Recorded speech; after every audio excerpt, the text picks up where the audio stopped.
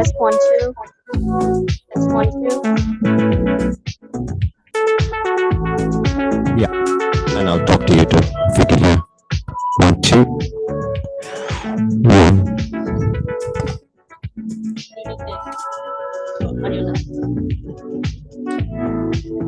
One, two. 1, 2.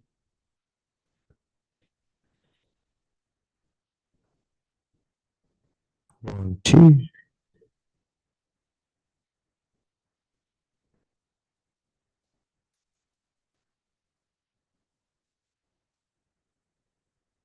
Check 1, 2.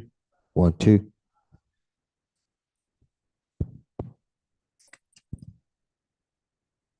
1, 2.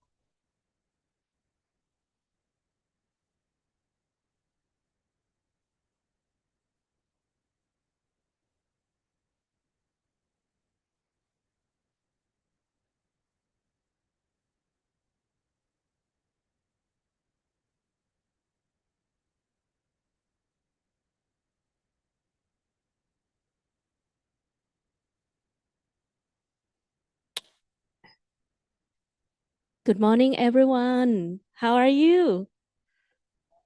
Good. May I request everyone to just wait for 5 minutes? We'll start the session in 5 minutes. I think some of our participants are still waiting for the coffee outside. I heard that there's a long line. All right. So we'll start in 5 minutes. Thank you very much.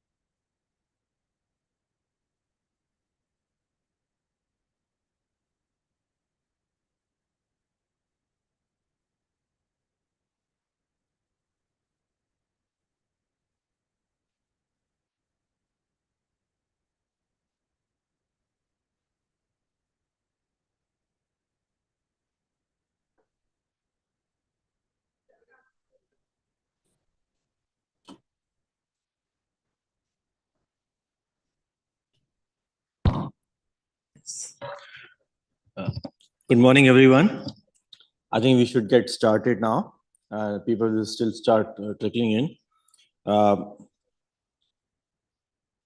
Welcome to our technical session on vegetable and ornaments, ornamental crops. So we have in APSA, we have a special interest group, which is fully dedicated to veg and ornamental crops. So we have a few speakers, but we try to include newer topics this year, especially on the urban farming, the upcoming trend, how it can contribute to achieve our food security. It's about, we are in New Zealand, so, vegetable seed production is a very important aspect here, and protection of IP is a key thing. So New Zealand is a model country where IP is very tightly secured. So we'll have a presentation on that. And as well as something on the trends on ornamentals, we have an online presentation. In our APSA SIG, we have chair and co-chair who guide us for the activities for the year and path forward. And I have the pleasure to introduce the chair of our SIG Veg and On, Mr. Rahul Ashok Pagar. Rahul, all yours. Thank you so much.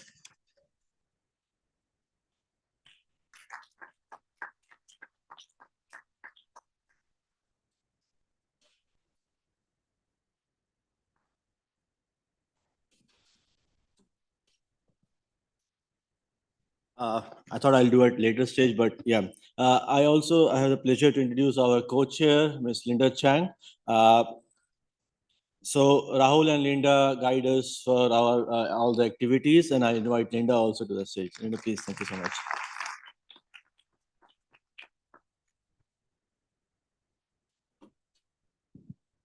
Thank you, Shivan. Good morning, ladies and gentlemen. We welcome you to this wonderful session of special interest group on vegetables and ornamentals. And to see this morning, we have almost a full house, and we will try to make it more interesting. We have some wonderful speakers lined up for the session. But before that, I would like to start the day just giving you an overview of what we have done for the past 11 months and what will be our overview for the next year for the activities under the WIG.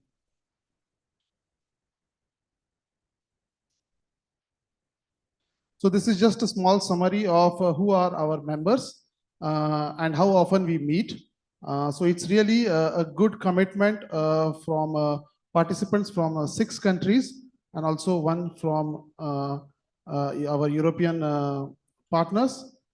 They actually meet 4 times in a year, and I'm really thankful for their commitment and time and dedication, because they are the guiding torch bearers for us to tell us in which direction we have to work, what are the projects we should take forward, and really look forward that this group is actually helping our members and giving back to our members what we are doing. So I will just quickly show you an overview of how the SIG wedge is constructed. So we have a special interest group. Under this special interest group, we have two subcommittees, which is one is R&D advisory committee, which is focusing mainly on the research topics, technical topics. And then there is a special group which we have formed, which is called the working group on integrated vegetable seed companies.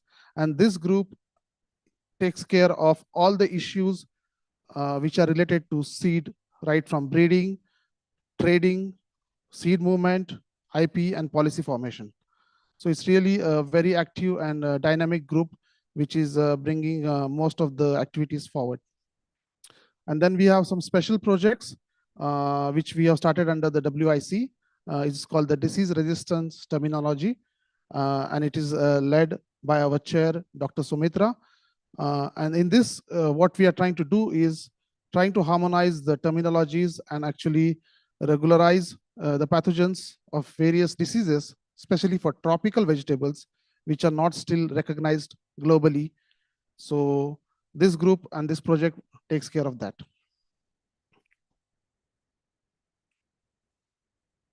So this is the overview of the activities of SIG, which we have covered up in the last 11 months. We will have specific slides to explain them in detail. I will not go over through this, but we are really working on intellectual property rights and plant variety protection. Then trading of quality seeds globally. There is also projects and initiatives which the group is proposing for public-private partnerships, operational excellence, and communications. So these are the things which we are trying to achieve through this small committee and really trying to give back to our members. So let's look at certain activities. So one of the activity which we have done recently is having a ISTA collaborative workshop, which is actually giving training and education on seed quality to members present in this Asia Pacific region, and helping train the plant pathologists, the quality team members of various of our participating members.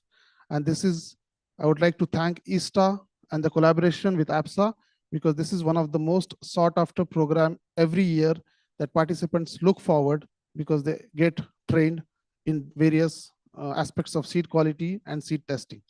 And also they get a certificate which actually makes them a good professional inside their company, which they can go back and train other members in their own companies. And there is also a study program which we are planning next year in 2024, which will be really focusing and trying to gather interest on urban farming and vertical farming, which is the technology sought after and which is the future which we are looking forward.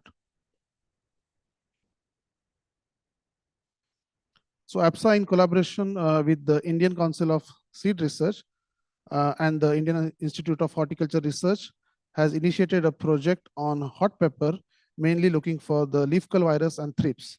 So this is under the R&D advisory group, which is more working on the technical side, but they are helping to do a collaborative project where 10 member companies have participated as a first forming working groups, and they will work with the institutes and try to map down and study the pathogens, the race, and bring back more to the plant breeders. Similarly, under the SIG Wedge and the R&D advisory group, we also have some webinar series. So thanks to COVID, after COVID, what we have done is trying to continue the engagement with our stakeholders. And this was a wonderful initiative, which we call Thank God It's Friday, and having specific technical topics and specific technical speakers coming online and giving their inputs on various topics of solanaceous crops. So the theme is either tomato and hot peppers to start with. There is also a collaboration with the National Science and Technology Development and with the King Monkus Institute of Technology, Lakrabang, which was started last year, and it was really focusing on S&P markets development for peppers. So there is also 10-member companies, and this is already 1-year-old program. And the hot pepper one, which was shared in the previous slide, will be starting in 2024.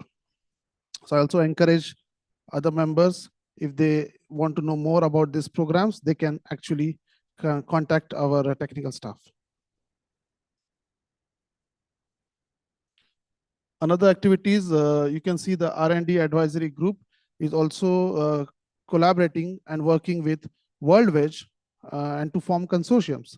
Consortiums are a kind of a group of like-minded companies which they want to come and work together and access more and more the technical knowledge and technical know-how and also scientific material from World Veg for the various crops. So there was consortiums in the past for hot peppers, for pumpkins, for bitter gourds, and you can see the participant companies are showing good interest over the years and getting benefited from these consortiums.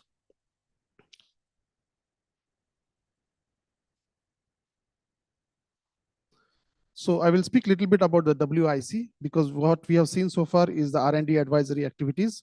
Now, what is WIC? So WIC is really a working group of integrated vegetable seed companies who have end-to-end operations. When we say end-to-end, it's like from breeding to commercial. And these companies are trying to come together under the banner leadership of the SIG and actually flash out what are the technical problems, what are the regulatory problems, what are the burning issues while operating their seed businesses across the APAC region. So the mission and the vision of the group is very clear. They work on 4 aspects. One is really to work together to solve the issues. Second is really educating, spreading awareness on intellectual property, seed production and technical know-how. And then the understanding the regulatory framework in different countries and try to harmonize or at least help the stakeholders to really go back to their authorities and represent that seed industries to operate needs certain kind of harmonization and certain kind of policy flexibility. So some of the initiatives of the WIC. So the WIC is meeting physically 2 times in a year. Once in the midterm meeting in April and another is the physical meeting in November. So this Sunday, we came 1 day before, and thanks for people to making that extra day before the Congress and really making the WIC discussions very fruitful and successful.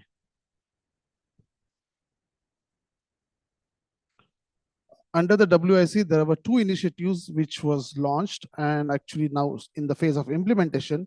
One was the University Connect, because as the integrated seed companies, we also discussed that today the industry is already facing a shortage of talent. In the future, it will be more aggravated. So what can we as leaders do right now? So we thought of coming up with a University Connect program. And in this University Connect program, the idea and the goal is to connect to the young talent, catch them young, make them interested in the seeds business, make them aware what is the different aspects of seeds business. If they know and understand that this industry is having a lot of challenging opportunities, they will actually look forward to work in this sector. So we have identified some countries and some universities to go forward and signed a MOU. So APSA with the local National Seed Association will sign a MOU with the university so that we will then create a list of initiatives and programs which will be calendarized and operated through the support of the APSA Secretariat and also the National Seed Associations of the local country. So far 17 universities in 7 countries has been identified.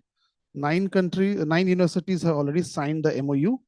And now we are in a phase where we will start rolling out the program and try to create the list of initiatives from January 2024. So here are certain snaps of which universities have really signed the MOUs. And each time you can see there is a local partner in the local country, which is the National Seed Association. They will play a key role because APSA Secretariat will help formulate the process and the structure, but the implementation is really on the National Seed Association and the university. And here I will also encourage all the members here that please try to take part in this initiative. Support from your side in terms of sending your experts, speakers, or lecturers, if whenever we will have this engagement of activities in the different countries.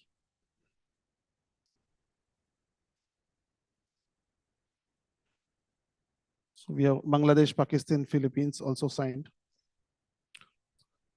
So another initiative under the WIC, when the WIC was formed, we created a code of conduct for ourselves, and we signed this code of conduct so that we should operate by certain guidelines, certain good best practices, sharing best practices.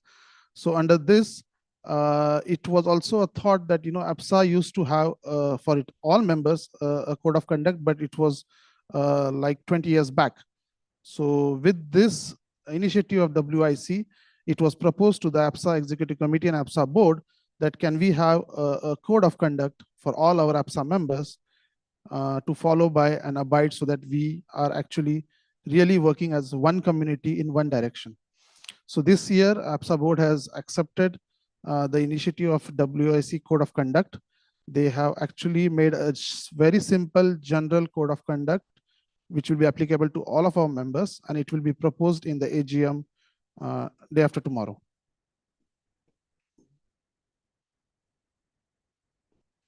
So with this, thank you very much. This was the overview of the activities of the special interest group of vegetables and ornamentals. If you have any questions on SIG, the activities, the various groups, and the WIC, maybe we can take that in the end. But right now, it's time to welcome our speakers. And I have the pleasure to introduce and welcome Dr. Genevieve Ove. You can please join us on the stage. So Dr. Genevieve will speak. He will speak today on the very interesting concept of urban farming. So Dr. Genevieve is a PhD holder. He is a plant biologist, bioacademics, and he has also practiced arboriculture. But right now he is working in the Singapore Food Agency as a planning and director for urban farming and projects related to vertical farming and urban farming.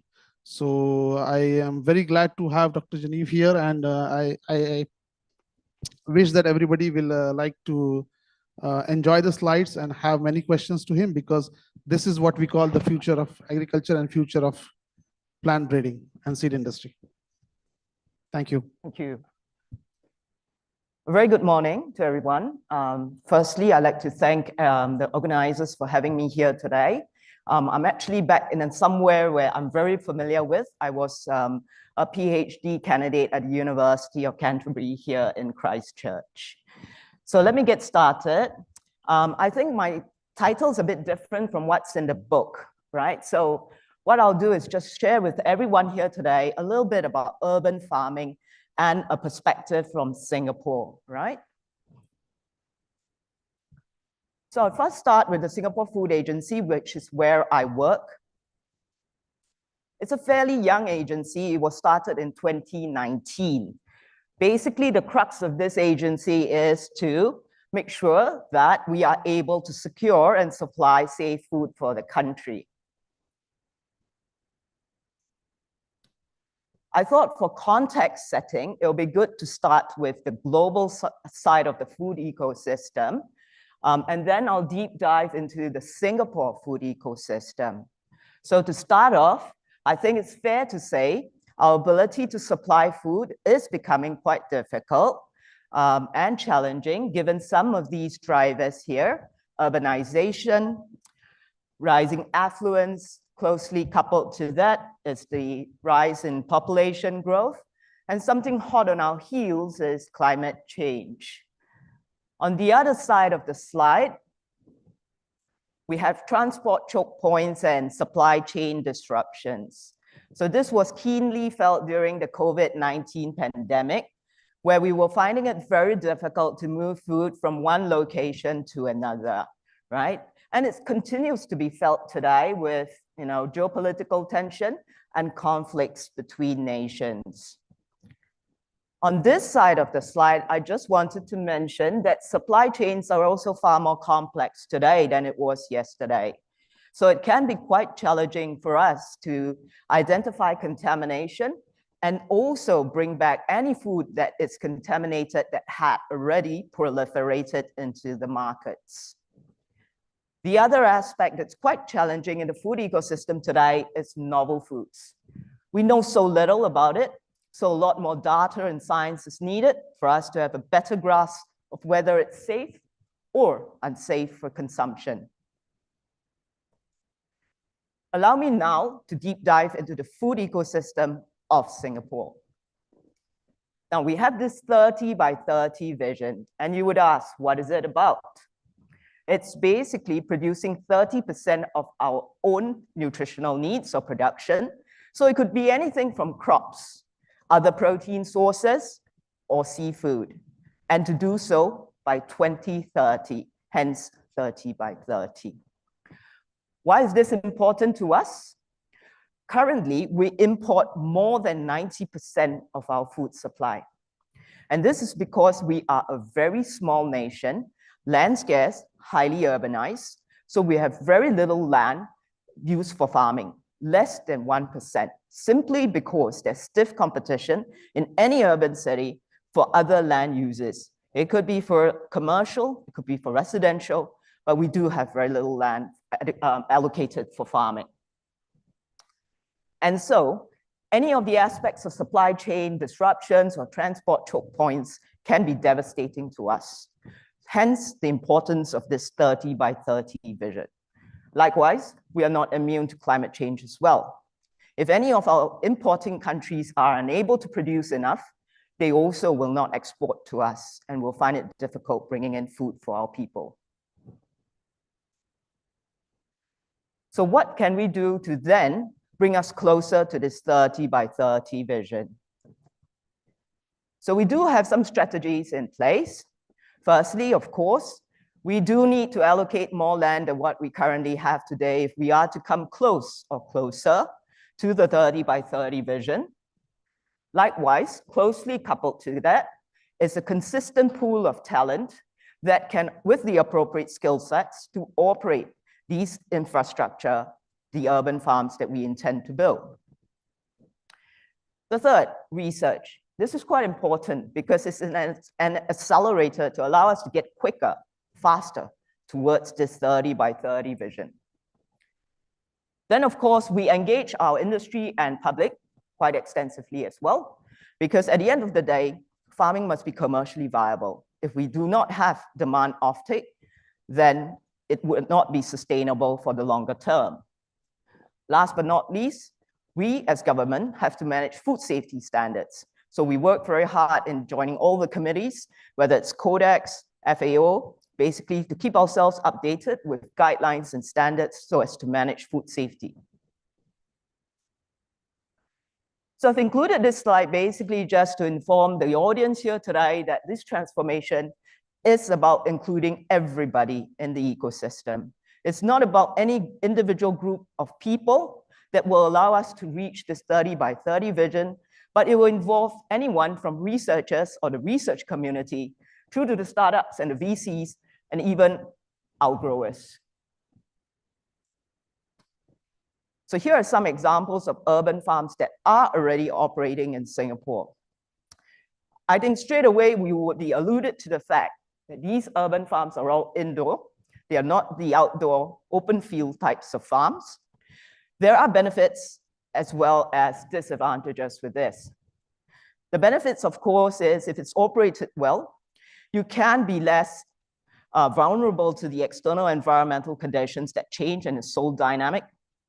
You can, if operated well, potentially manage pests and diseases more effectively. But on the flip side of things, this has very high operating budgets. It's highly dependent on artificial lighting and your climate control systems, which could include your ventilation as well as your air conditioning systems. So we come back to the point on land space planning. We only now dedicate about 1% of our land for farming or growing. So what can we do to basically reach that 30-30 vision? So this is one example known as the Agri-Food Innovation Park. In short, we call it AFIP.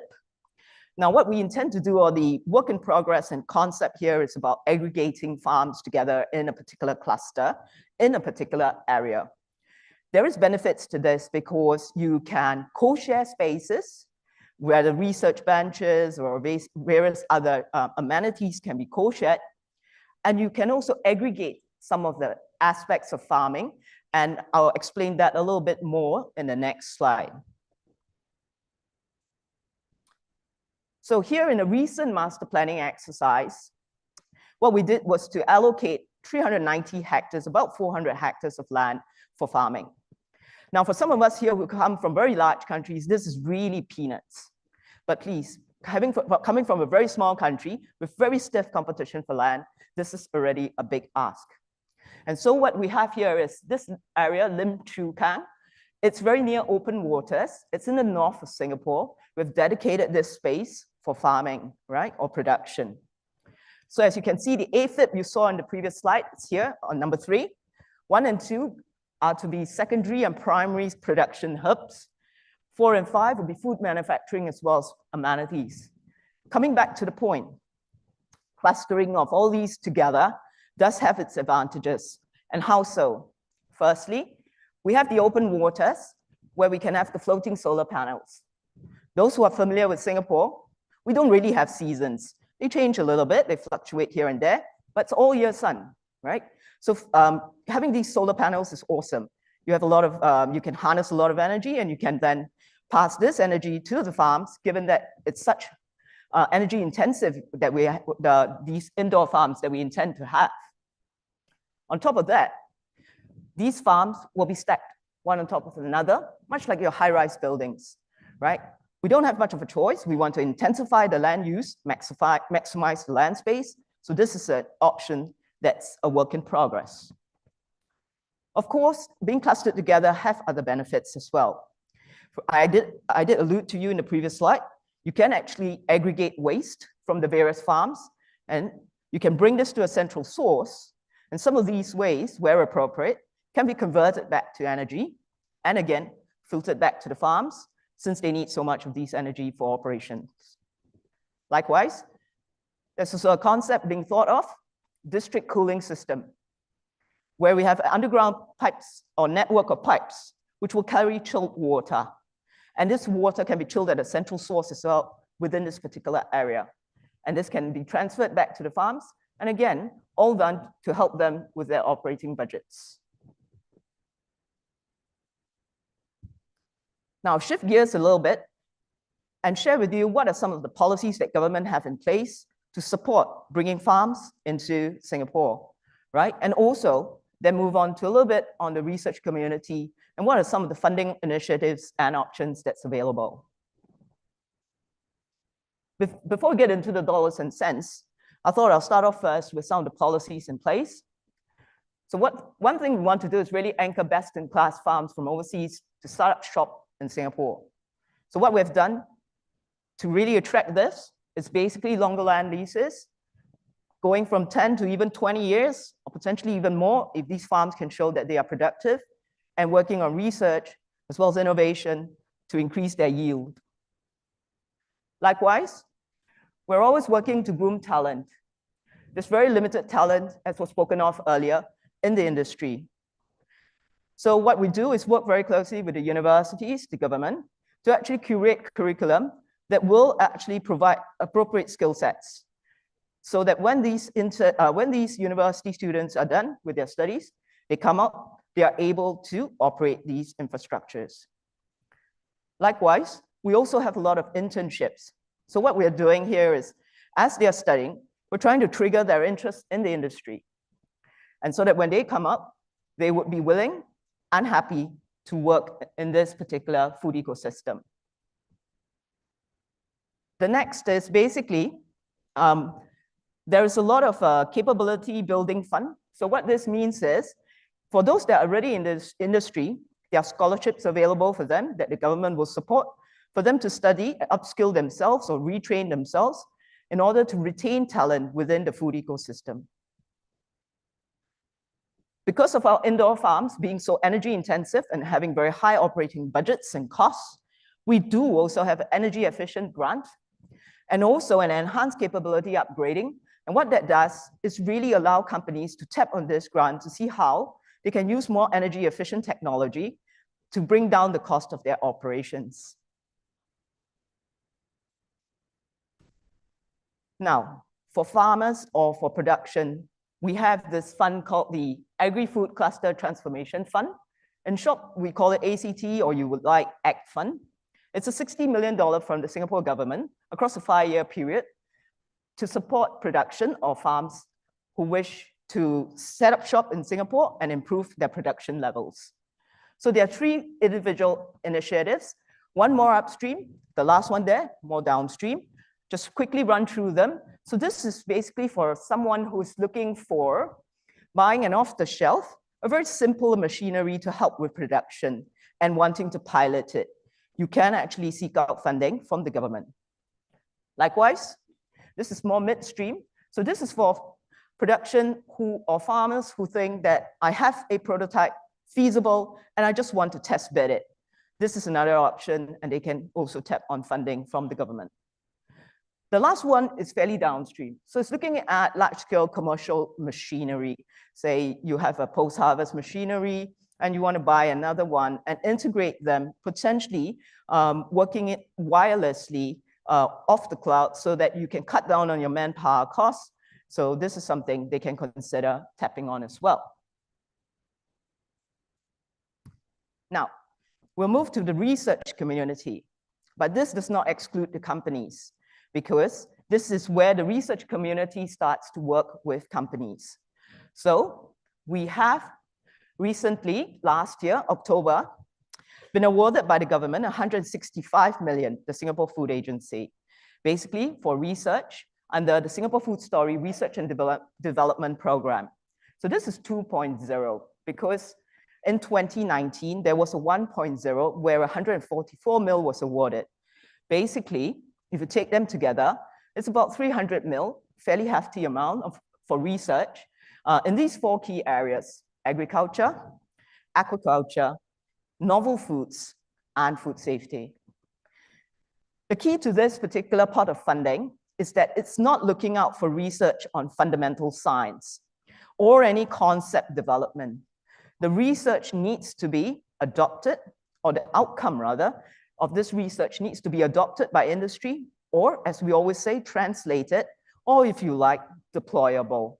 So what needs to happen is that the research community in the universities and research institutions from the outset would need to pair up with companies or the industry to curate the research questions, to address challenges, problems, or provide solutions for the industry. And this is where this particular research pot funds. Now, I'll just quickly share with you some of the ongoing research that's occurring in Singapore now. So we do have some breeding strategies in place or work in research in this particular areas of genomic selection as genomic editing, basically to have or give rise to improved varieties for indoor farming conditions. So we are seeking out superior or desired traits for indoor conditions, which would be very different from outdoor conditions. One good example is potentially the morphology of your crops, right? These are on shelves stacked one on top of another. So you're looking for a dwarf morphology as opposed to one that grows tall. So it's a little bit different. And so some of these research is ongoing. Now, given that I've spoken a little bit on genetics and breeding in the previous slide, I'll just focus on these 2 other columns here. So this one in the middle basically is systems research. Given that all our crops or our growing of crops is in indoor conditions, we are highly dependent on artificial lighting, very energy intensive, as mentioned, high cost as well. So looking at how we could potentially maximize sunlight, and where that isn't possible, are there options for more energy efficient technology like LEDs? And of course, lighting recipes as well, right? Because different crops at different growth stages from juvenile to maturity will require different light phases or bandwidths, wavelengths, so to speak. And so we curate and try to find the best fit for us all. Yep. So lighting recipes is another R&D area that we spend time on. The last one is really, again, on systems. We depend on a climate control system in the indoor environment. So using various senses, machine learning, as well as AI, to find and customize or optimize the best growing conditions to trigger or boost the growth of crops is another area that we are working on. Okay, so this is another area that's quite important to us, and I'll explain to you why. It's basically demand offtake, trying to attract the local industry and the consumers to purchase the local produce that we will be producing. Now, as I mentioned, we import more than 90% of our food, and a lot come from neighboring countries and further afield as well. Their growing conditions can be quite different from ours. May not be indoor, could be the outdoor growing conditions, right? And so the cost of operations are lower, and the manpower costs might be less expensive as well. The cost of these imports usually cost cheaper than our local produce. Consumers, like all of us, being very price sensitive, very quickly gravitate to the cheaper imports. In the longer term, if no one supports the local produce, then this whole 30 by 30 vision is in jeopardy. So there's been a lot of work trying to market our local produce in terms of quality assurance, freshness, and also, of course, as I've mentioned earlier, the need to attract talent, right? The farming industry, at least in Singapore, is not seen as something glamorous. It's always seen as something potentially dirty or even laborious, and not always the most highest paying option in terms of a career, as opposed to, say, I'll work in the finance industry or the insurance industry, right? So there's a lot of work trying to attract the young talent in the universities and the local polytechnics, and also to retain talent that is currently sitting within the food ecosystem. So we do have scholarships, training, and we also have a lot of internships. So as mentioned, a lot of marketing work to get demand offtake, to get locals to basically support local produce. So we have marketing on our public buses, in our farmers markets and supermarkets as well. All right, this is basically the last topic that I'll share with you. It's on food safety. I'm no means an expert in food safety. I have a lot of other colleagues back in Singapore who do an awesome job in this. But I'll just share with you some of the key aspects. So in the Singapore Food Agency, what we do is basically these colored boxes here. It's a farm to fork, or you like cradle to grave, work on basically ensuring food safety in the country. So because we import so much of our food, it basically starts from import control.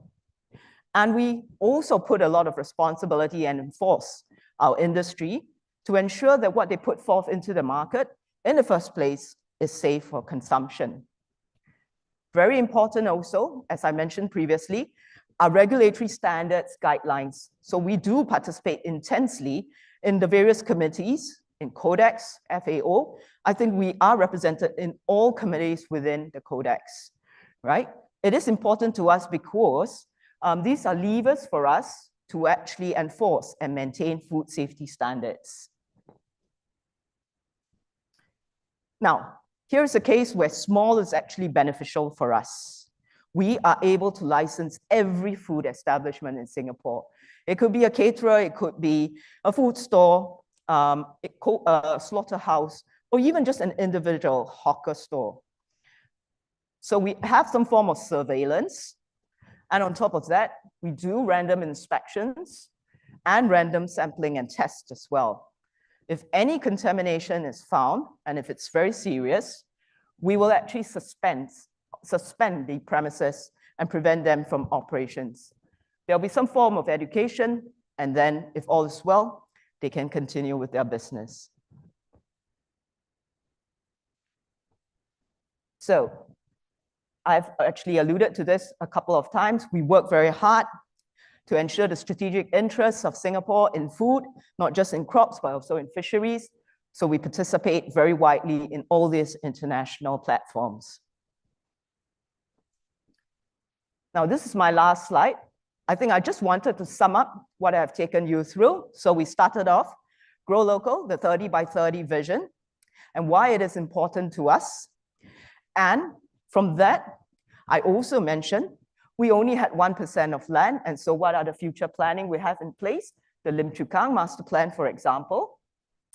And then we had the aspect of incentivization for companies, right? From the ACT fund through to the research funding, through the Singapore Food Story, which is not just for the research community, but a collaboration between researchers and companies. And of course, global partnerships, as mentioned. The food safety experts in Singapore meet with the global experts across the globe, basically to update standards and regulations. At the same time, for researchers, we also, across the entire year, have many conferences, symposiums, and congresses like this one here as well. Last but not least, as I mentioned, we also look after food safety, and being a small country in this particular sense was actually, or is actually beneficial for us, being able to monitor and have surveillance across the board. So with that, I hope I've given you a breath of what the Singapore Food Agency does in Singapore. Not so much of depth, given the time constraint, and I appreciate your attention. Thank you.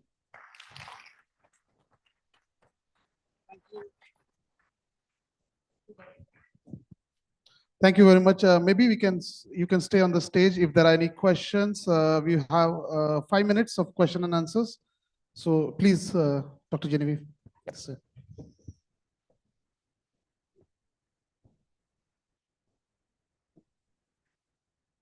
Yes. Thank you very much for this very exciting presentation. I'm François Burgot from French seed sector. My question is about growing local and urban agriculture. 1 hectare in Paris, in France today is 10,000 euros. 1 hectare of farmland in France is, no, excuse me, in Paris, 1 hectare in Paris is 100 million euro. 100. Okay. And 1 hectare in land is 10,000. So it means that if you want to be competitive and to produce some food on 1 hectare in Paris, you need to have a productivity 10,000 more than in the land. So I want to know, I suppose in Singapore you have quite the same. So how you built a building for agriculture of 10,000 floors? I don't think you need to build 10,000 floors. There is also the space that you need to consider as well. And also there's the aspect of technology as well that we need to leverage on innovation. So while I don't have a straight answer for you to say, you know, you have to build that high, but you can also build that wide, right? And also you would need to look at how you could use technology, research, innovative solutions to basically see how you can increase your productivity. And productivity is not just about producing yield, but it's also potentially about manpower as well, because that adds to cost as well, right? So those aspects are some of the things I think we are thinking or in the work or have in mind in terms of building on productivity. Of course, I know this probably is not the answer you are seeking, but there's no quick fix to this basically, right? Thanks. Yeah, hello. Okay. Good morning. Yep. So just a follow up on what he was saying. Sure. Did you make any comparisons towards cost, like say cost of importing a kilo of tomato versus cost of producing using this technology in Singapore? What is it? How you compare that? How sustainable is that?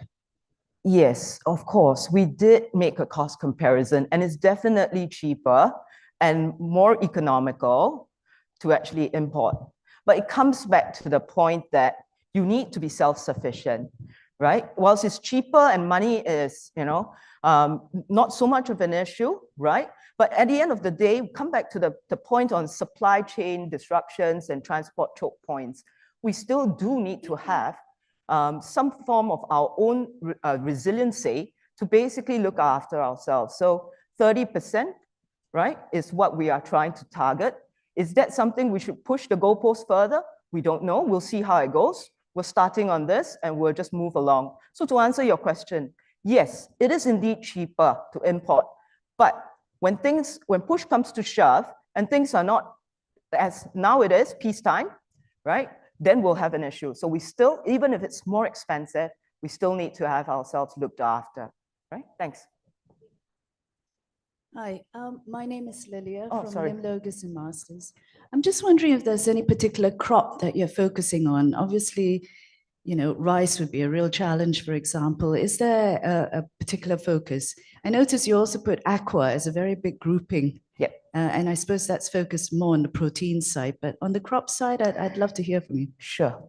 So we're looking at Asian leafy greens because we are just catering to the Asian palate and the local palate as well. So Asian leafy greens is one of them. So if you're familiar, Kai Lan, bok choy, that sort of thing, right? If you are.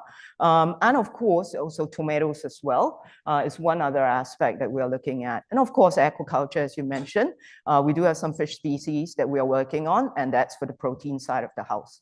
Thanks. Yes, over there.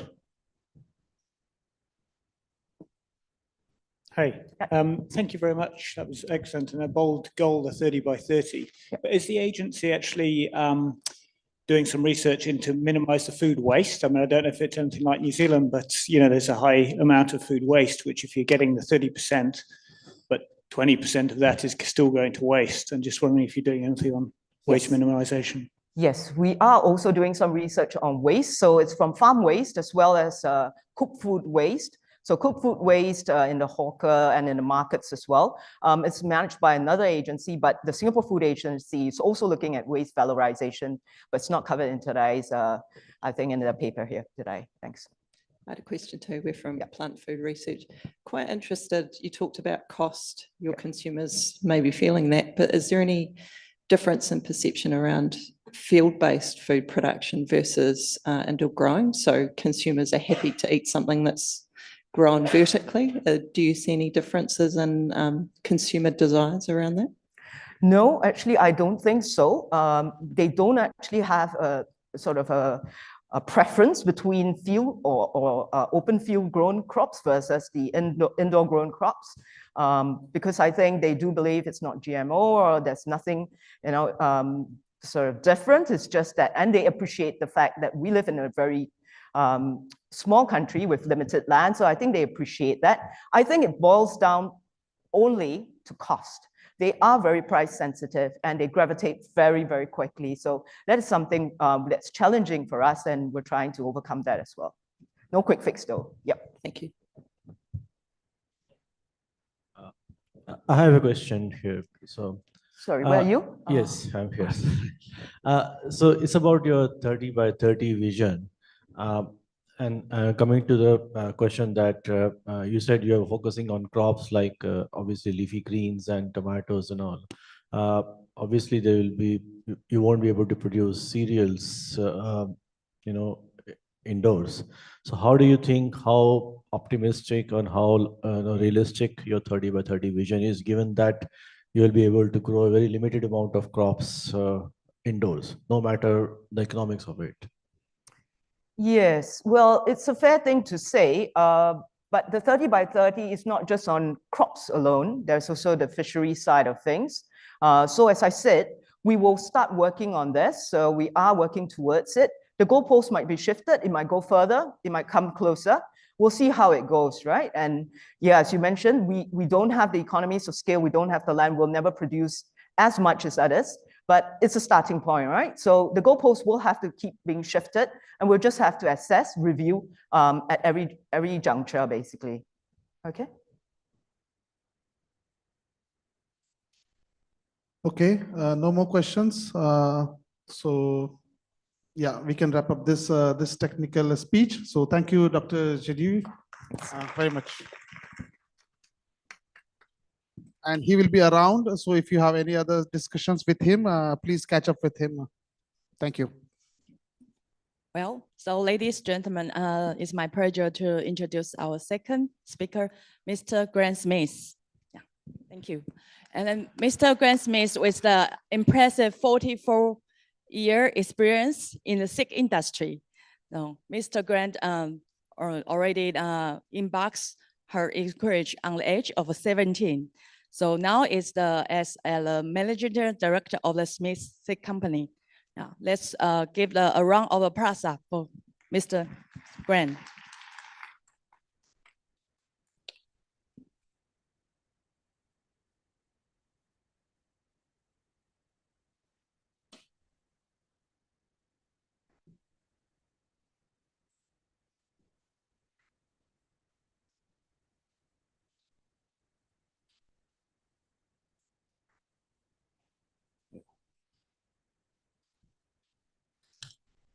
Good morning, everybody, and welcome to Christchurch.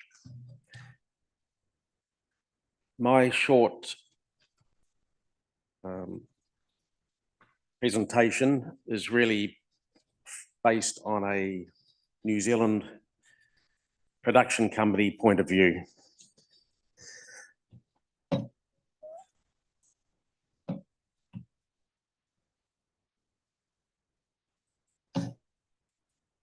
My name is Grant Smith and I am Managing Director of Smith Seeds here in New Zealand.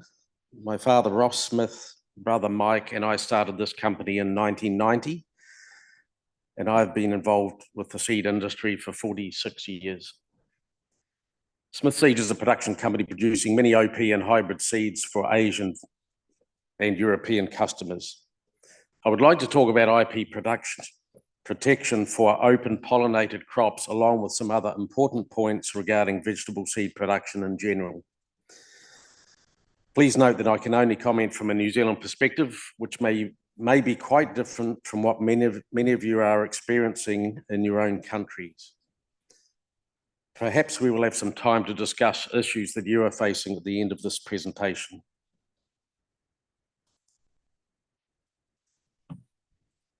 Robust quality management systems are of paramount importance.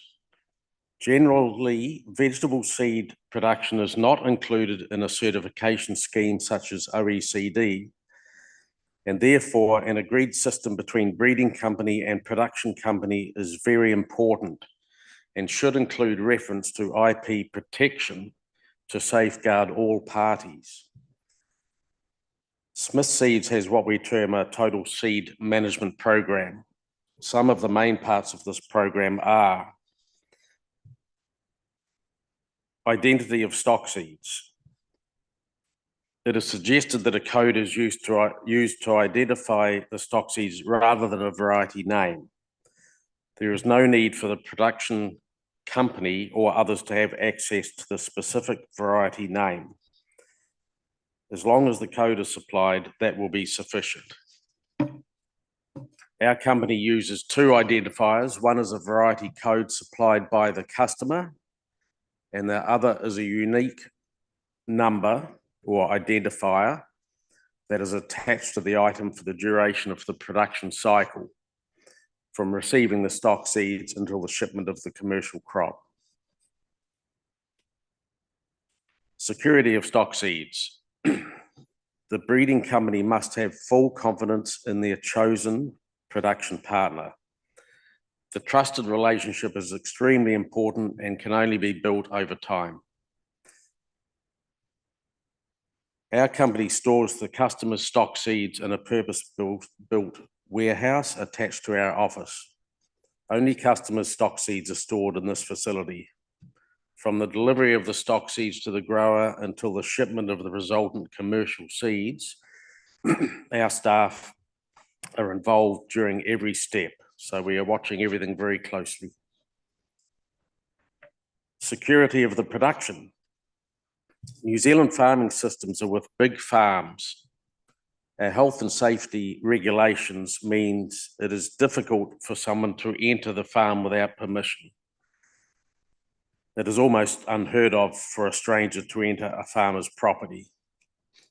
The likely people that would enter a production field or property are, of course, the grower, our field staff, spraying contractor, temporary persons to help with removing off types, and the Ministry of Agriculture disease inspection staff.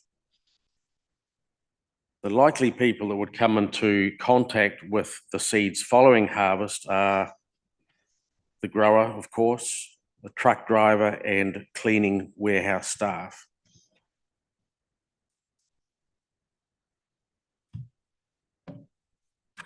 An IP protection clause is an item that is surprisingly missing from many agreements between breeder and production companies, especially those for OP productions or items.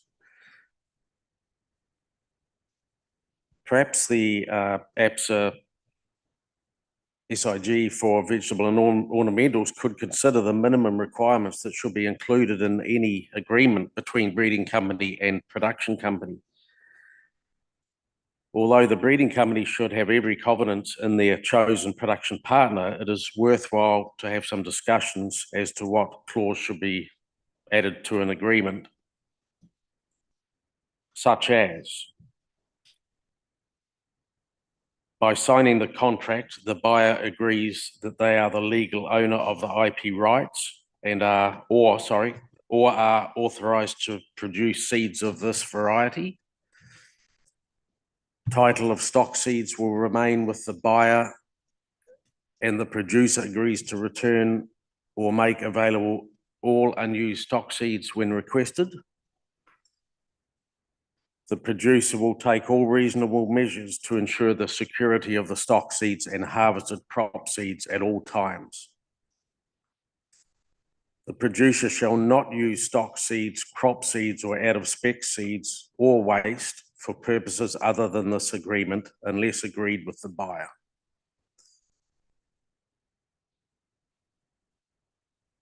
The Vegetable Seed Production Good Practice Guide collated by APSA and ISF is a very useful document to gauge where your business sits with regards to IP protection. PVR or plant breeders' rights, PBR, is a type of intellectual property right. It was designed to encourage people such as breeders to develop new varieties of plants. Plant breeding improves the performance of plant varieties, enabling growers and farmers to gain higher yields with better quality. Unfortunately, PBR is geographically limited, meaning that a separate application must be made for each country that a breeder seeks protection in. If the variety is protected, the breeder has the exclusive rights to produce and sell the variety. They may also license or sell to another party. New Zealand has been a member of UPOV since 1981, or 42 years. Our Plant Variety Acts 2022, which came into effect of January of this year, is UPOV 91 compliant. The law provides information and guidance on all aspects of plant variety right protection. Every country has different challenges with regard to IP management and protection. Therefore, open discussions are required to be had.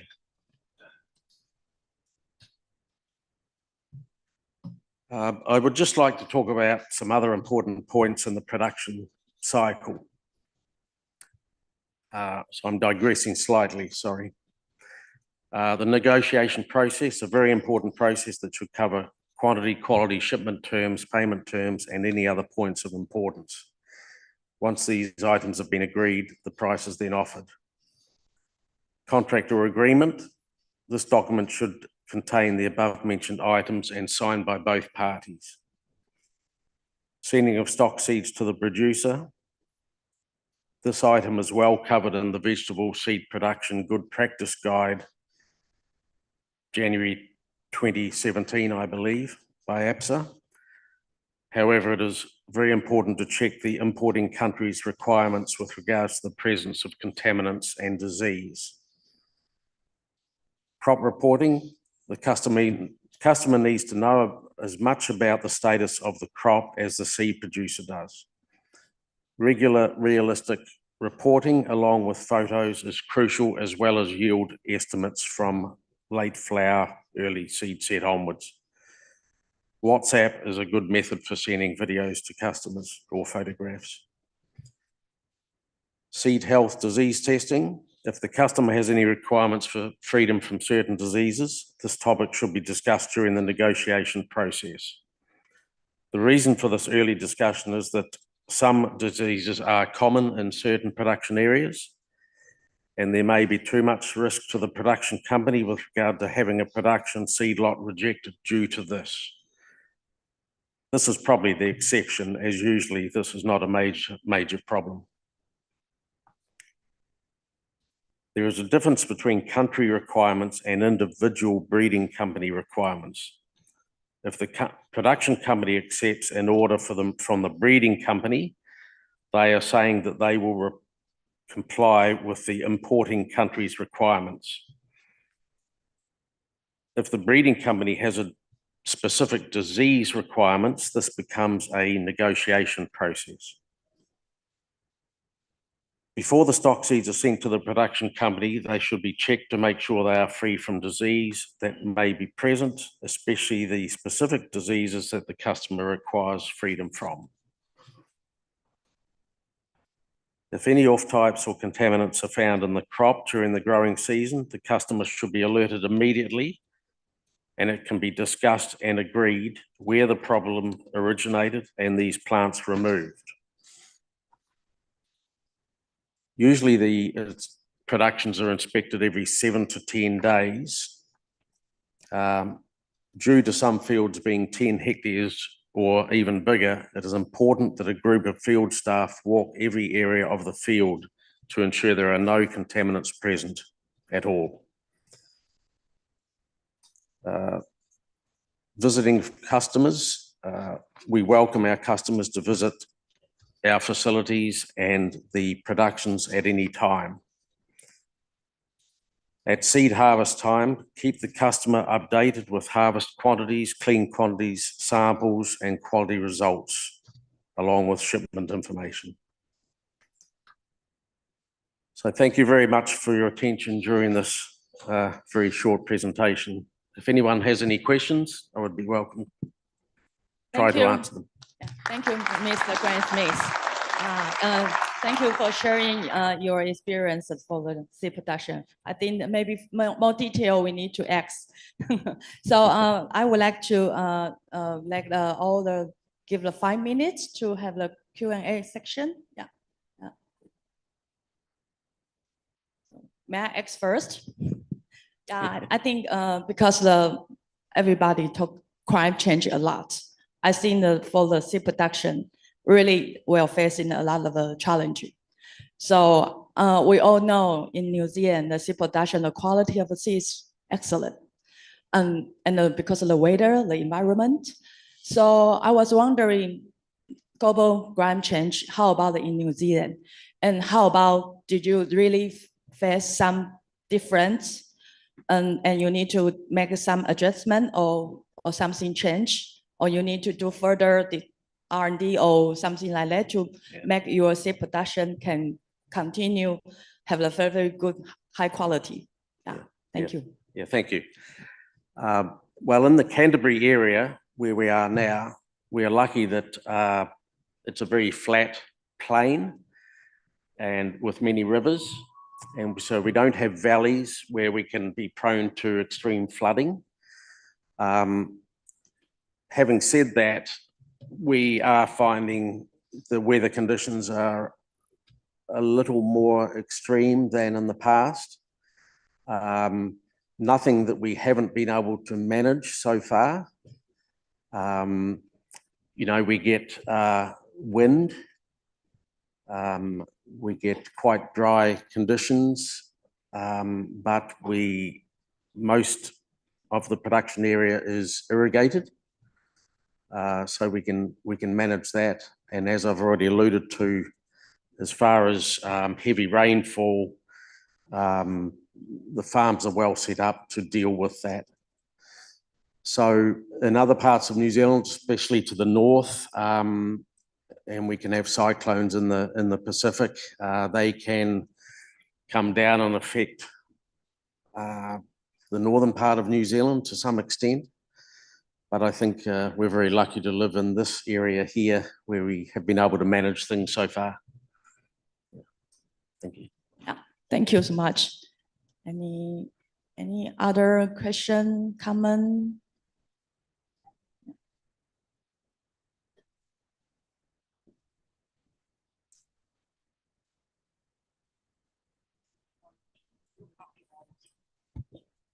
Jack Metzler, Lima Grand Vegetable Seeds. I have a question on the basically the negotiations that you have with your contract partner, let's say. Do you have any kind of mechanism to establish that your contract partner is actually the originator, breeder, and owner of the variety, or is that something you take as something as a given, let's say? Well, to be honest, it's not a topic that comes up very often, and perhaps that's why I alluded to it, that I think there should be more discussion, open discussion between the partners, because I'm sure people will be honest when you're sitting around the table and discussing these things. But the short answer to that is not really. It does require more discussion in the future, I think. Even for OP varieties. I think hybrid, which I have not touched on, but hybrid items are usually well noted or documented in the production contract, but not OP varieties. Okay, thank you. And any question, comment? Okay, thank you so much. Let's give a round of applause for Mr. Grant Smith. Thank you. Thank you very much. So our final speaker today is Mr. Surya. He will conduct the presentation online. So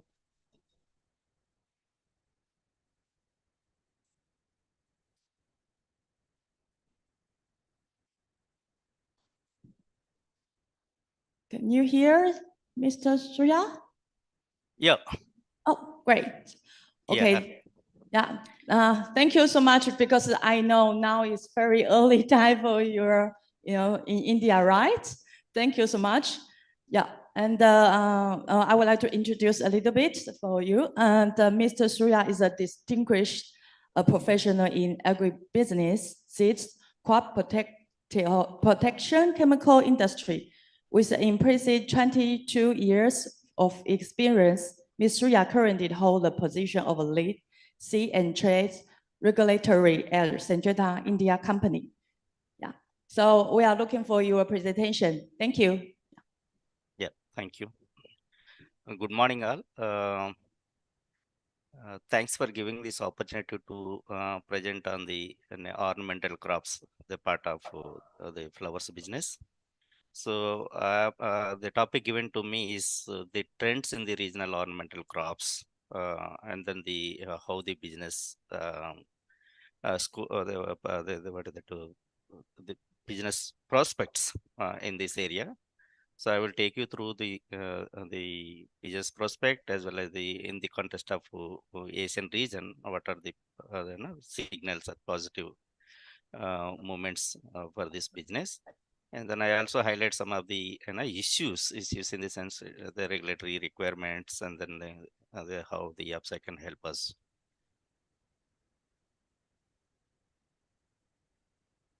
So the business overview, and as per the research trends, different sources were summarized, and then so the flowers and ornamental market was valued around $31.88 million dollars in 2021, and then 39.78 in 2022, and then it was 43.91 in 2023 estimated.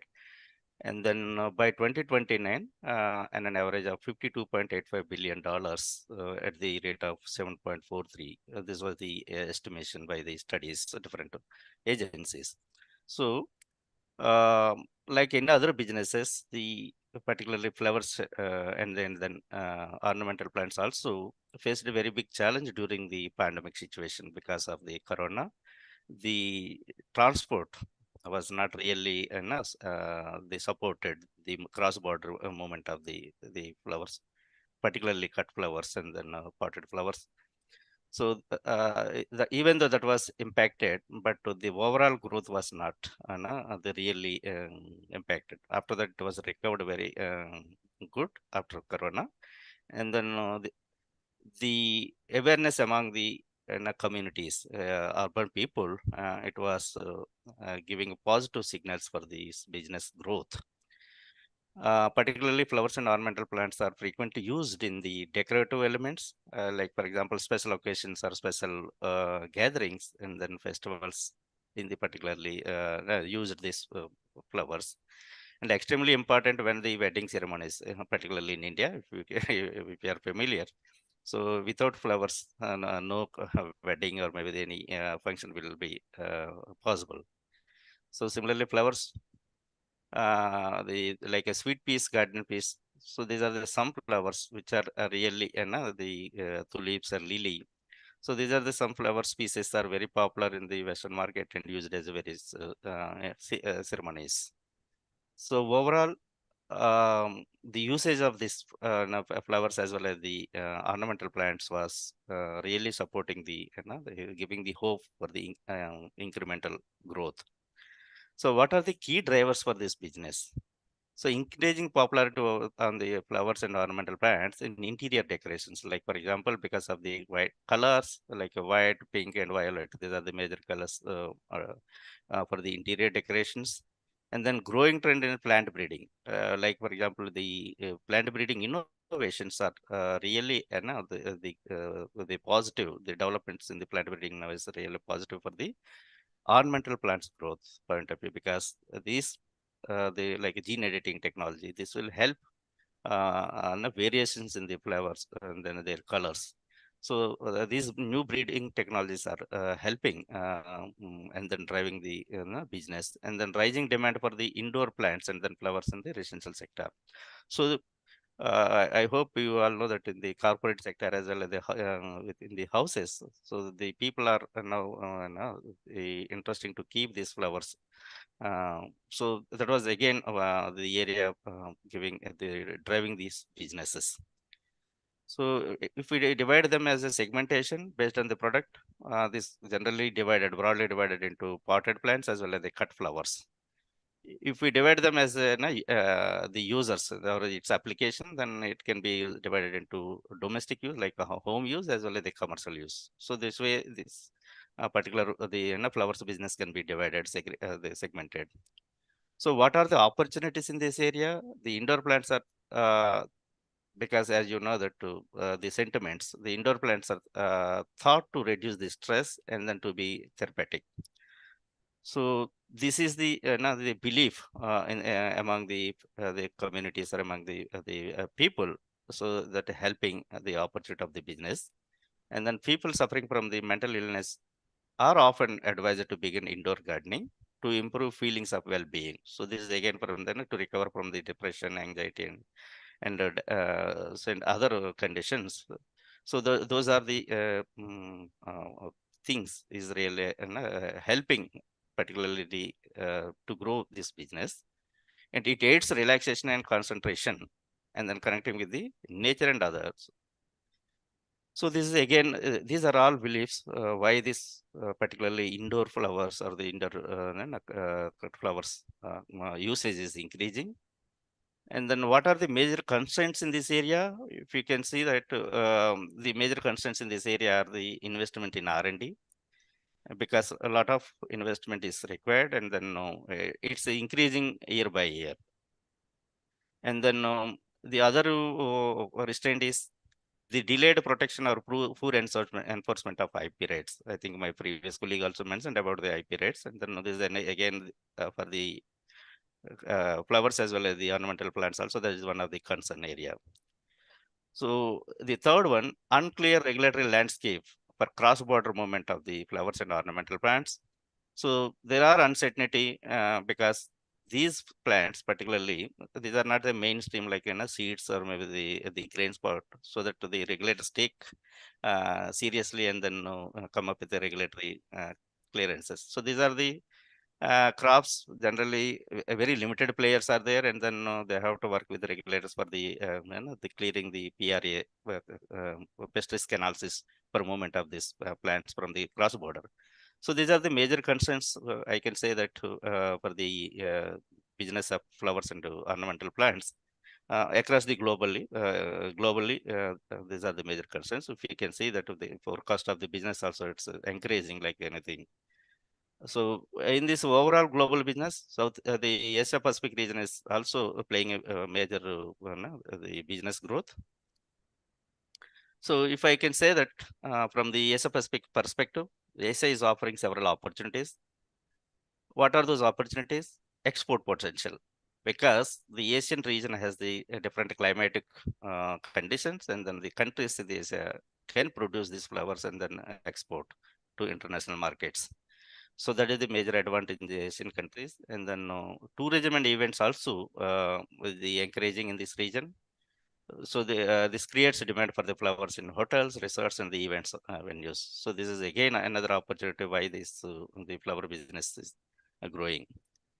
And then other area, e-commerce or digital marketing. This is another area is encouraging in this region, because all the countries are now bringing this e-marketing or the digital marketing space. So Asia is also in the front runner to implement this e-marketing space. So the lot of opportunity for the flowers market from one country to another country cross border through this marketing. And then traditional medicines. So this is again some Asian cultures. If you can see that certain flowers have medicinal properties. So there is an opportunity to explore the production of and sale of these flowers traditionally medicinal plant purposes. So landscaping and green space. This is another area. The development of urban areas in Asia has led to increased interest in the landscape and beauty of the public spaces. The flowers industry can contribute to this so that the growth can be further the increase. Sustainable practice is also another area what we can follow in the Asian countries. The consumers are increasingly conscious on the sustainable, eco-friendly products. So embracing sustainable growing in the packages practices can be a competitive advantage. As you all know that this is one more area that we can improve, and then we can take the advantage for the global marketing.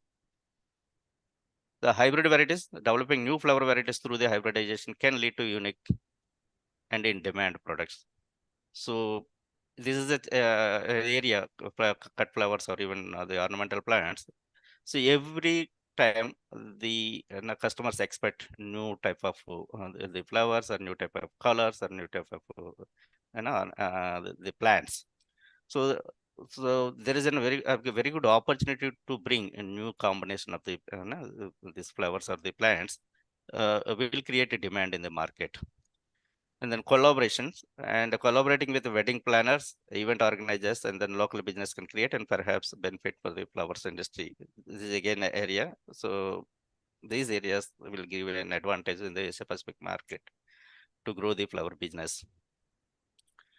So what are the trends? If we also can see that the global cut flowers itself, as per the market survey. So in 2022, it is showing that 36.4 million US dollars. It is estimated at 45.5 billion dollars by 2027 at the rate of 4.6. CGR growth. So what are the key drivers here? The strong research funding by the key manufacturers for production development is one of the key driver. Then growth of the market can be attributed to the growing usage of cut flowers and special occasions. Another one, the key driver, and expansion of investments and then the production launches will be offering lucrative opportunities for the market players. So that is another area. And then Asia Pacific and Europe countries for the largest shares owing to the in this market. So the increasing demand for these cut flowers or the ornamental flowers for the domestic or the corporate sector is also encouraging in this, the key driver for the market growth. So online sales and continue to gain a momentum is another the area where this trend is increasing for the ornamental plants, particularly the cut flowers and all. Emerging market, the share is like, for example, claiming their share of cut flowers industry is increasing like anything in the region, because very small players are also coming this area and then getting their livelihoods. So this is one more area to make the trends why this this particular the flowers or ornamental plants are encouraging for the new players to come into the business. A focus on social sustainability, as I mentioned, there are a lot of small players are coming to gain their livelihood to do this the flower bouquets and all those things. So this is again creating social sustainability for the industry of supply chain.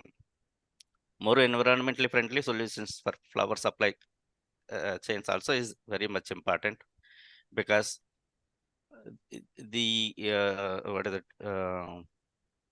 The expectation from the customers is also looking not only about the product, but how this product was developed or produced. So those also, like they are saying, for the is it environmental friendly or not before they buy it. So that is also increasing in this area. So these are the trends we can say that the happening about the the flowers and then the ornamental plants area. The global ornamental plant exports have grown steadily over the last 5 years. That is a very good indication why this flower business is encouraging in this region overall globally, but particularly for the Asian countries. And then all subcategories like cut flowers or potted plants. So these are like a perennial plants. They experienced very much growth for the last 5 years. So again, the increasing ocean freight shipping was again one more area. So the cost of production is going high. So there's one area where we have to look into for the easy, the shipping point of view, means the overall cost of supply to the consumer. This is a one more area increasing. This area is increasing, so that the production cost is going high. So that we have to work on this area. The most recent trends, we can see that novel findings. The scientific research data on new species is again increasing in this area, like for example, endemic or epidemic aromatic plants. So the lot of science research is happening around these plants with a potential ornamental value is providing the prospects of new product development. This is the new trends happening around this area. The new ornamental species such as pot plants or cut flowers or cut foliage is most ideal for this the trends. And then the major topics which are contributing for this business is propagation of ornamental plants or in vitro or stem cuttings or bulbs. So this is the major one of the 5 areas we can see. Innovative cultivation practices and techniques for the cut flowers pot plants. So this is also very important. Because these are very value and then costly plants for the domestic uses. So the people expect that how to manage within the house, and then what type of a mechanism they need to adopt to survive these plants. So these are the factors for the cultivation of these plants in the particularly home or the corporate offices. New ornamental species for exploitation by the floriculture industry. So every time this industry has looked into for the new type of plants or new type of flowers, particularly for the endemic or the organic plants, aromatic plants. So this is very important. Every time they have to look for new plants, then only we can survive in the market. It will attract the consumers. And then as I mentioned, the growing concerns for the consumers is increasing around the environment. So the cultivation at low carbon dioxide footprints, emission footprints, is really concerned by the customers. So it has to be sustainable, environmental friendly ornamental production. Then this is another area for the major topic, which is leading to the trends. Post-harvest handling and quality and then trade. This is again one very important, as I mentioned, when we look for the cross-boundary movement. So these packaging is very much important to travel and from one country to another country, and then to fulfill the regulatory requirements of the quarantine. So these are the areas we have to look into, and then take necessary actions. So I'm coming to my last slide, where the right now what are the concerns we have around this flowers and ornamental plant business.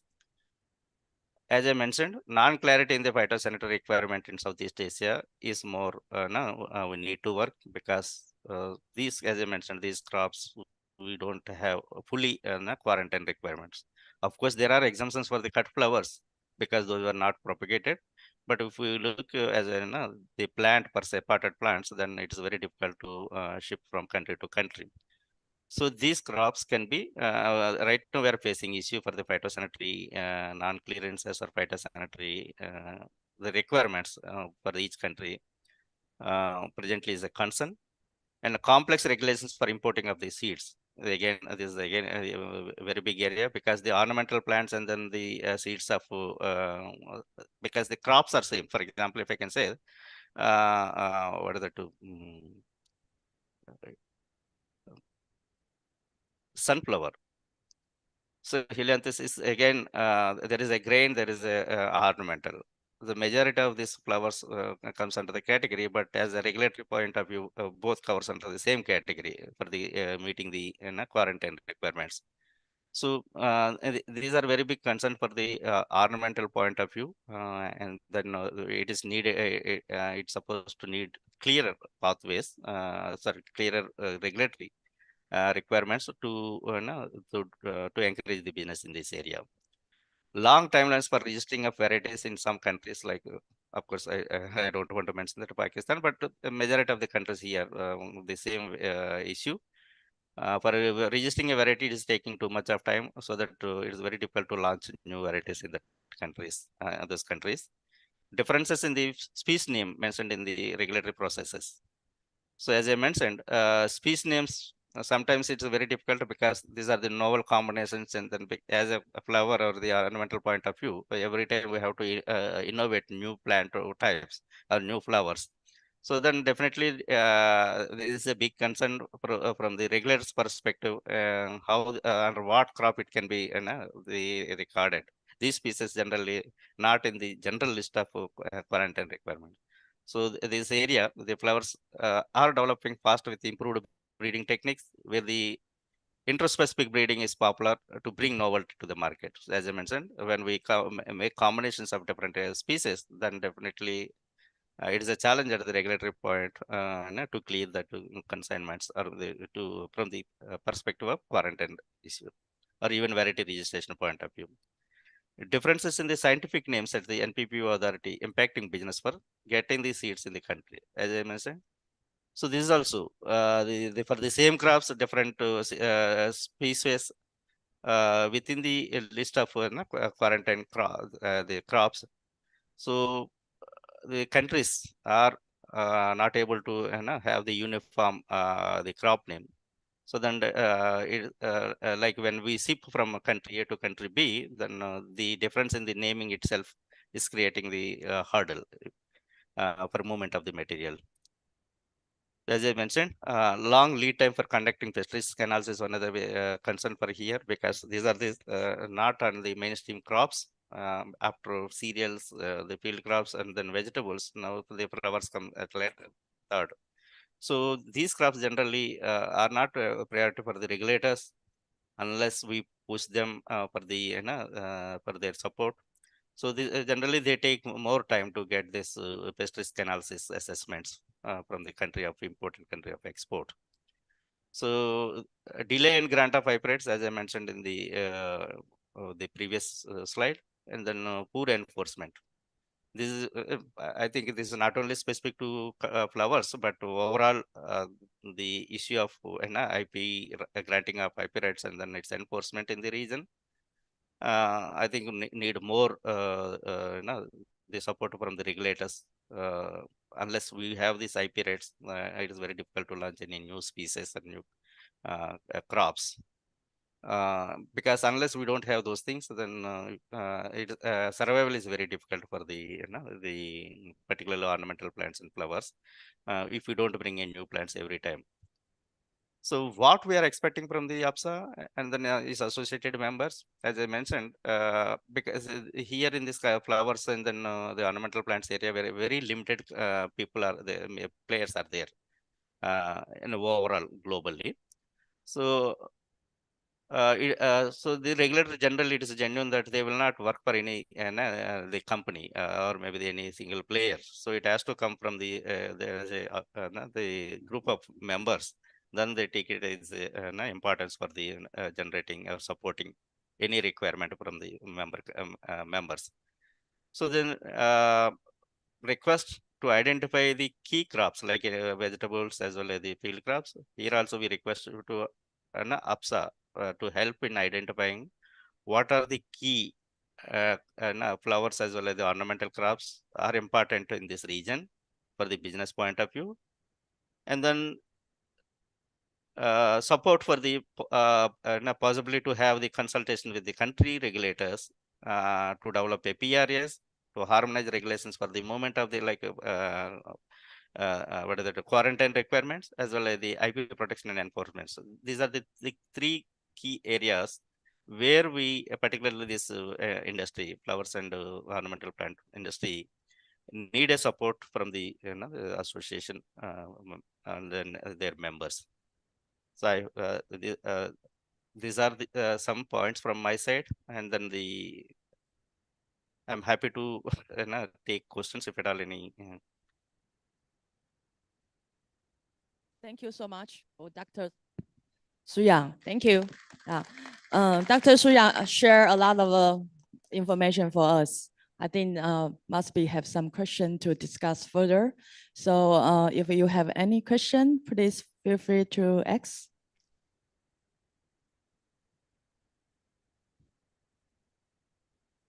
Yeah, please.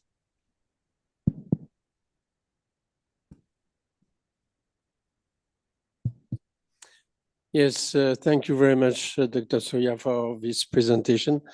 François Burgot from French SIG organization. Very often we have difficulties to encourage countries in Asia and Pacific area which have no intellectual property rights on varieties, because they don't see really the advantage for the country. So my question is just to ask you, do you think that the increasing market on cut flowers may help us to convince some countries? And is there a consciousness of these countries, like India, for example, that if they want to produce more cut flowers, they need to have plant breeders' rights. Yeah, thank you, sir. I agree with your point. As I mentioned, sir, this is the area we need to work for all crops, not only for the cut flowers or the ornamental crops. But yes, compared to other crops, this is again a big challenge in the region to prove that the infringements or the enforcing the IP rates, because of these are the vegetatively propagated material. It's very difficult to enforce, but as you rightly mentioned, there are very limited players in this area and the prominent players. I'm not saying that very few people are occupied entire business, but prominent players are limited. So these players, if they go, that is their, the regulators take it as a company's interest. So they will not really, and this is my experience. Sometimes they deny also because it is not priority for them. I do agree with you. As an association, we can identify, or as the country association along with the APSA support, we can identify country-wise key crops. May not be very the landry list, but at least we can identify a few major crops where we see the very big business opportunity in this area. And then if we can provide those lists for the priority to develop a PRS, that really help, as well as the bringing IP right. Enforcement of IP rate also that can be discussed, because this area was European Union has a very big what are that experts, where we can take their guidance in the implementation of the IP rate, enforcement of IP rates in this region. In fact, if I can mention that India scenario, the new the regulator, the chairperson of the PPFR is very encouraging, and then you want to take the good practices from the other countries in the region, or maybe out of the other regions, where we can implement immediately to encourage the plant breeders in this area. I hope I answered your question, but still. I can say that, sir, we need to work together. Thank you. If Surya, you may permit, I will just add to Francois' question. There is a very good example in the region, in Taiwan, what they have done with orchids. And they are really working together with the government, with the commercial side, and also on the regulator side, to safeguard their industry in terms of protecting the IP. So this could be a very good example which we can actually start looking at in the region at APSA level. But then, as what Surya mentioned, is we need to really help the region and the countries and the players here to identify where the business is, identify the crops, the flowers where the business is. Once there is business, people will actually start following and making safeguarding themselves with the right IP. Thank you. So may I follow the comment of Rahul? So I think maybe we can further discuss what is the really have a potential commercial crop. But in my opinion, I will say, because the global climate change a lot and the temperature is higher and higher, I will say the heat tolerance flower will be the potential in the future, because all the global is warming. So we need to more heat tolerance flower to give our life still very beautiful. Yeah. Yeah. So I will say this is the flower will be very potential. Yeah. Okay. Thank you. And any other question and comment?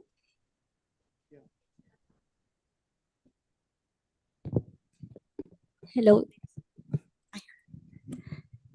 Hello, Surya. This is Telma of CropLife Asia, Telma Soriano. I have one question.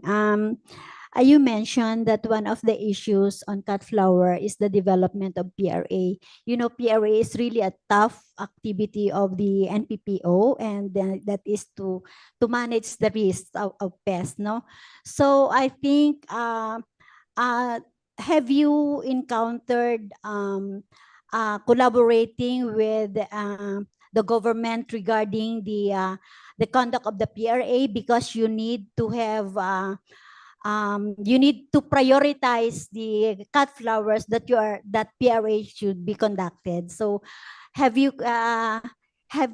experienced coordinating with the government regarding the conduct of this PRA, and how do they do it? Yeah, thank you, Thelma, for this question. Thelma, as I mentioned, particularly for flower business, there are very limited people. I personally in regular contact with the regulators for the PRA point of view, but they see, because they have the laundry list. If you remember, recently we collated from the members of the association, and then identified the number of crops, including the vegetables, cereals. We have the very big list already for those two areas, the business vegetables as well as the field crops. So now we also added the flowers. So the regulars generally, you know, that with limited resource, they asked us to prioritize the crops. Now, when we look for the prioritization, the number of players versus the important for the company varies.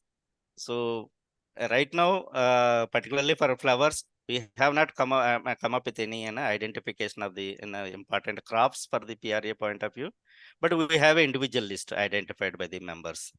Similarly, we have the prioritized list for other crops like vegetables and then the cereals. I hope I answered your question. I think, as I mentioned, we can we are looking for the collaboration with the association and then the countries, because you know that we are prominent in the majority of the countries in the region. So not only from India perspective, but other countries also, we want to identify the final list, and then look forward to work with the regulators for their support. Thank you. So one more question already. Okay. Well, it's actually a little bit of a suggestion, because Jack Metzler, Lima Grand Vegetable Seeds. I'm the chairing the coordination group phytosanitary matters of ISF. And in fact, we are noticing quite a big development in requests from, let's say, flower seed members to work on PRAs worldwide. And you're asking for collaboration with, let's say, with APSA. And I really encourage also to address ISF, where we can pick up these issues and try and coordinate the efforts of the flower seed industry with regard especially to PRAs. Thank you, sir. Thanks a lot. Thank you. And any other? Yeah, this has one question, please. I am Takahiro Ando from Takiseed. Thank you very much, Mr. Surya. This is not the question, but the comment. This is not the question, but the comment. Yes, we are facing with phytosanitary issues, and I agree with Jack to organize something to align with the what we industry needs. And also another thing is the importance of IPR. We are discussing about the cut flowers, but also basically bedding plants, pot plants. For example, petunia, we are selling seeds, but most of the cases in this region, we have seen that it is easily propagated by cuttings. So it hampers our business as well. So we need to create awareness. Seed distributor side, also a grower side, like what we are doing in a vegetable seed. This is a comment. Thank you very much. Thank you, sir. I also support this comment, and then take because we already last year also we discussed about for the vegetables, and then we can take flowers also into that bucket to create awareness, and then respect towards IP as well as we need to work with the regulators in these countries for the better enforcement, because one way whether you protect, second how to enforce the rights. So both are very important. I think APSA already taken some initiative. Into that bucket, we can also add this cut flowers, because this is more complicated than the compared to the straight seeds like vegetables or field crops. Thank you, sir. Yeah. Thank you, Surya. And I just echo what Anderson has commented and just add that, our chair of ITQ is here, APSA chair ITQ is here, and we are going to have our phytosanitary consultation in early March in Manila. So I think it's a very good, very timely discussion that we are having. We are drafting the agenda for our meeting, and I think it's a good time to have, we always focus on movement of seeds.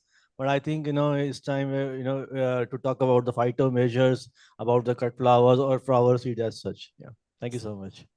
Thank you, sir. Thank you. Thank you. It's really a lot of discussion. Nice. Any question, comment? Okay. Okay, thank you. Let's give a round of applause for Mr. Surya. Thank you so much. Thank you. Yeah, thank you. Well, so after the three speakers, I think the recent studies show the vegetable production is not sufficient to meet the nutrition need of the global population. However, healthy eating plans suggest 50% of vegetable per meal. I don't know if everyone follow the suggestion. However, currently, the global agriculture produce only 1/3 of the recommended amount. So it is estimated in yield increase of 8% per year for the vegetable is required to meet the nutrition need of the growing global population. Is this achievable? I think it can only be achieved through the multiple approach. So on the one hand, we need to further explore and use the science and technology for yield increasing. So therefore, urban farming is actually really is a good solution to not only boosting the population production, but also meeting the growing demand for the vegetable. Yeah. So on the other hand, the seed production is the foundation of the all. Without seeds, the food and vegetable for the human consumption would not be possible. So I will say improving the seed production, we can strengthen the base of agriculture, ensuring the sustainable and the future for the global food. Yeah. And moreover, when we fulfill the physiological needs, we also seek the ornamental for the stress relief and the quality to adjust the spice to our daily life. Yeah. So I would like to thank you all the excellent speakers today. Let's give them a round of applause again. And then last, as Mr. Rahul already mentioned, highlight our significant achievement of the SIG this year. I would like to give a brief update on upcoming plan and development for the upcoming year. First, as we already listened to the speech about the urban farming, seeing is believing. So therefore, the committee already has scheduled the urban and high-tech farming study tour on September or October next year in Japan. So we are very grateful that Mr. Endo-san, the chair of WIC from the Takeshi company, has worked with the Japan Sea Trade Association to make it happen. Yeah, I think it will be very exciting study tour. I think most of us maybe cannot wait to visit. Okay. So second, we plan to merge Asia Cucurbit Roundtable and Asia Solanaceous Roundtable into a physical event in Bangalore, India. Yeah, and around May or June next year. And I believe it will be a very good chance to further exchange opinion, discussion, and learn the knowledge each other to face. Okay, and more in June, in APSA, EC have approved the forming of a new standing committee on the plant breeding innovation. We all know, yeah.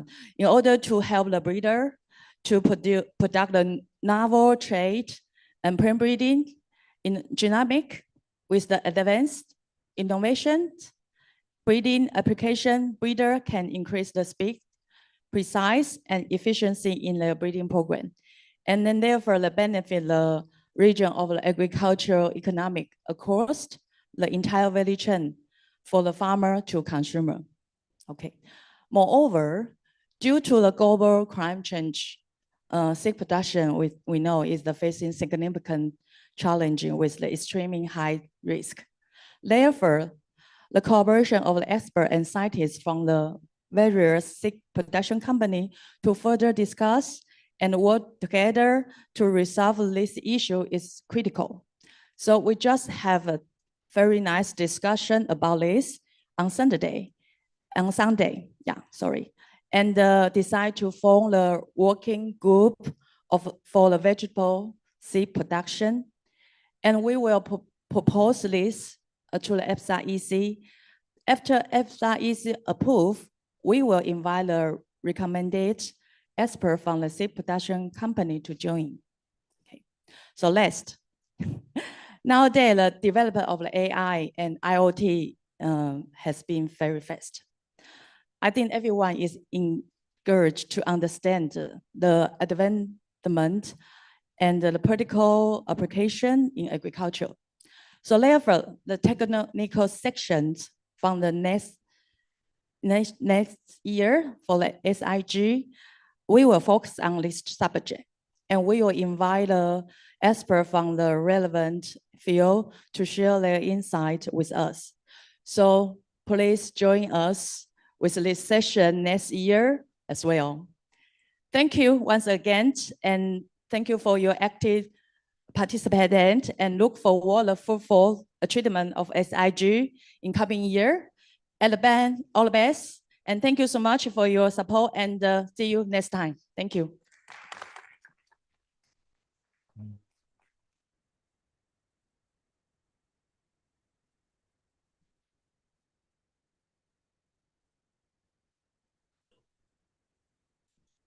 I now invite the speakers, the chair and co-chair, and Anderson to come on stage for a quick photograph. Anderson.